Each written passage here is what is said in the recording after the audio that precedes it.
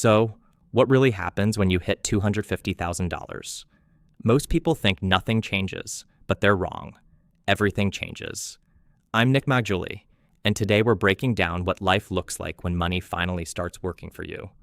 You know, there's this moment in your financial life when things quietly change, and you might not even notice it at first. It's not when you make your first $100, or your first 1,000, or even your first 100,000. It's when you hit $250,000 in net worth. That's when the game shifts. That's when money stops being this thing you're constantly chasing and starts becoming something that quietly works for you, even when you're asleep. And I want to talk about that moment today, because it's not just a number. It's a psychological turning point, a shift from I'm trying to make it to I've built something that can grow without me. When I talk to readers or listeners who've hit $250,000, there's this pattern that always shows up. At first, they don't feel any different. Their day-to-day life looks the same. They still go to work. They still budget. They still worry about bills sometimes. But then one day, maybe a few weeks or months later, something clicks. They realize, wait, my money just grew by more this month than I saved. Maybe they look at their investments and see they made $2,000 or $3,000 in returns while they were living their life. That's the first real taste of financial momentum, when your capital starts pulling its own weight. That's the magic of compound growth. Not the abstract magic you read in books, but the moment when it actually becomes visible in your own life. You're no longer just adding bricks to a wall. The wall itself is starting to grow taller on its own. And the crazy thing? $250,000 isn't some unreachable number. It's not millionaire territory. For most people with decent incomes and consistent saving, it's totally doable within a decade or less. But it's the point where wealth starts to feel real. You stop wondering if compound interest works. You start seeing it work. At 8% annual returns, which is roughly the historical average of the stock market, that $250,000 grows by about $20,000 in a year. $20,000 without doing anything. That's more than many people save in a year from their job. And that's when you realize your capital has become a second income stream, one that doesn't care about your job title or your boss or how tired you are. It just grows quietly in the background. And once that happens, something even more important shifts: your psychology. At $50,000, you still feel fragile. You're proud, but you know one bad month could knock you back. At $100,000, you start to feel stable, but not safe. At $250,000, you start to feel powerful. Not buy a yacht powerful, but I'm not scared anymore powerful. You can breathe a little. You make decisions differently. You start saying no to things that don't serve you. Toxic jobs, bad business deals, relationships that drain you. Because now, you've bought yourself something most people never have: time and options. You're not rich yet, but you're unlocked. And that's when life gets interesting. Here's what I mean. Let's say you lose your job tomorrow. Before $250,000, that's a panic moment. You're updating your resume at midnight, refreshing job boards, maybe picking up side gigs just to keep the bills paid. At $250,000, you're calm. You've got a year or two of expenses covered. You can actually pause and ask yourself, what do I want next? That's a different life. That's what I call financial optionality. The ability to make better choices because you're not forced by fear. Most people underestimate how valuable that is. They think freedom comes at $1 million or $2 million. It doesn't. It starts the day you stop being afraid of running out of money. And for many people, that starts around $250,000. Now, I don't want to romanticize it. Hitting $250,000 doesn't mean you never have to work again.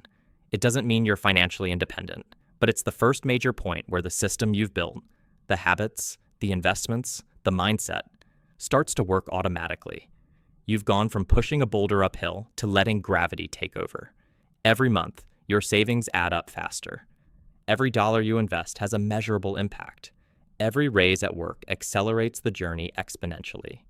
That's why the next leap, from $250,000 to $500,000, often happens in just a few years. The first $250,000 might have taken you a decade. The next $250,000 could take half that time, because now your capital is compounding, your income is higher, and you've built discipline that doesn't disappear overnight. But let's talk about the mistake a lot of people make at this stage, and it's a big one. They get comfortable. You finally have some money. You feel safe, and you think, I deserve to enjoy it now. Which, to be fair, you do. You should enjoy your life. But there's a fine line between enjoying it and erasing your progress. Lifestyle inflation creeps in quietly. You start eating out more, upgrading your car, moving into a nicer apartment, buying better clothes. Before you know it, your monthly spending has doubled, your savings rate has dropped, and the compounding machine that got you here slows down. That's how people get stuck. They plateau. They hit $250,000, float around there for years, and wonder why they're not progressing. The truth is, they traded freedom for comfort, and they didn't even notice when it happened. So here's my advice. At $250,000, make small upgrades, not big ones. Buy back time, not stuff. Take a trip you've always wanted. Upgrade your mattress. Hire a cleaner once a month. Those are purchases that improve your quality of life without creating permanent expenses that slow you down. The key is intentionality. If you add $500 a month in spending, make sure it's on something that truly adds value and doesn't multiply over time. Freedom comes from keeping your fixed costs low, even as your income and net worth grow. That's how you stay flexible. That's how you protect your optionality. Another big shift at $250,000 is how you think about risk. When you had $10,000, losing $2,000 felt devastating. That's 20% of everything you had. At $250,000, losing $2,000 is annoying, but not life-changing. That small emotional difference opens up a world of opportunity. You can invest more boldly. You can start a small business. You can back a project, or experiment with an idea, or even take a 6-month break to try something new. Because now, you can afford to fail. And that's the secret to long-term success. The people who build real wealth aren't always the smartest or luckiest.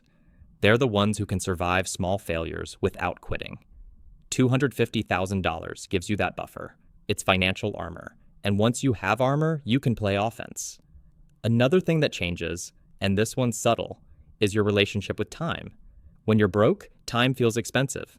You can't waste a minute because you're always chasing the next paycheck.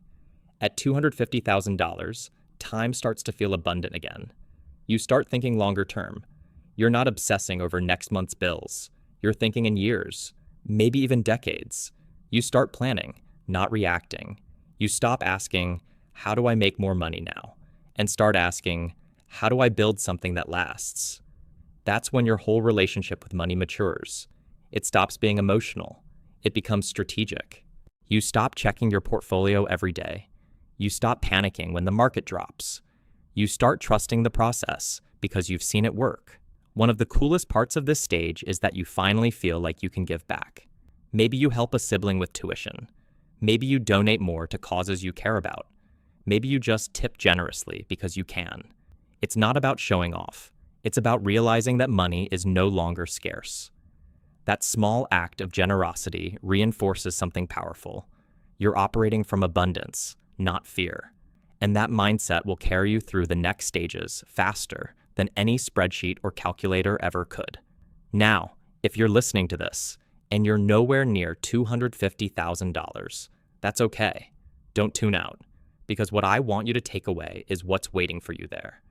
Every dollar you save, every habit you build, every bit of discipline you practice, it's all leading to that moment when the machine takes over. The early grind is brutal. It's slow, it's thankless, and it feels like you're not getting anywhere. But once you cross that line, everything accelerates. So stay the course. Automate your savings. Invest consistently.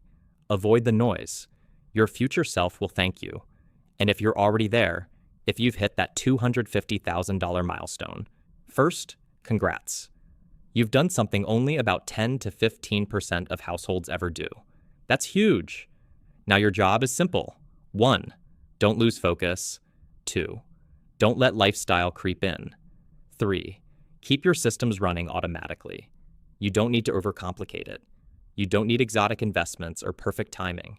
Just stay consistent, stay invested, and let time do the heavy lifting. Because the next milestone, $500,000, is already on the horizon. And once you've seen what compounding can do at $250,000, you'll never see money the same way again. You'll realize the real goal was never the number. It was the freedom that comes with it. The freedom to take a break without fear, the freedom to walk away from bad opportunities, the freedom to choose what matters most to you. That's what wealth really buys. Not luxury, not status, but choice. And it all starts the day you hit that first $250,000. So wherever you are right now, keep going. Every paycheck, every contribution, every smart decision gets you one step closer to that moment when money finally starts working harder than you do. And once it does, everything changes.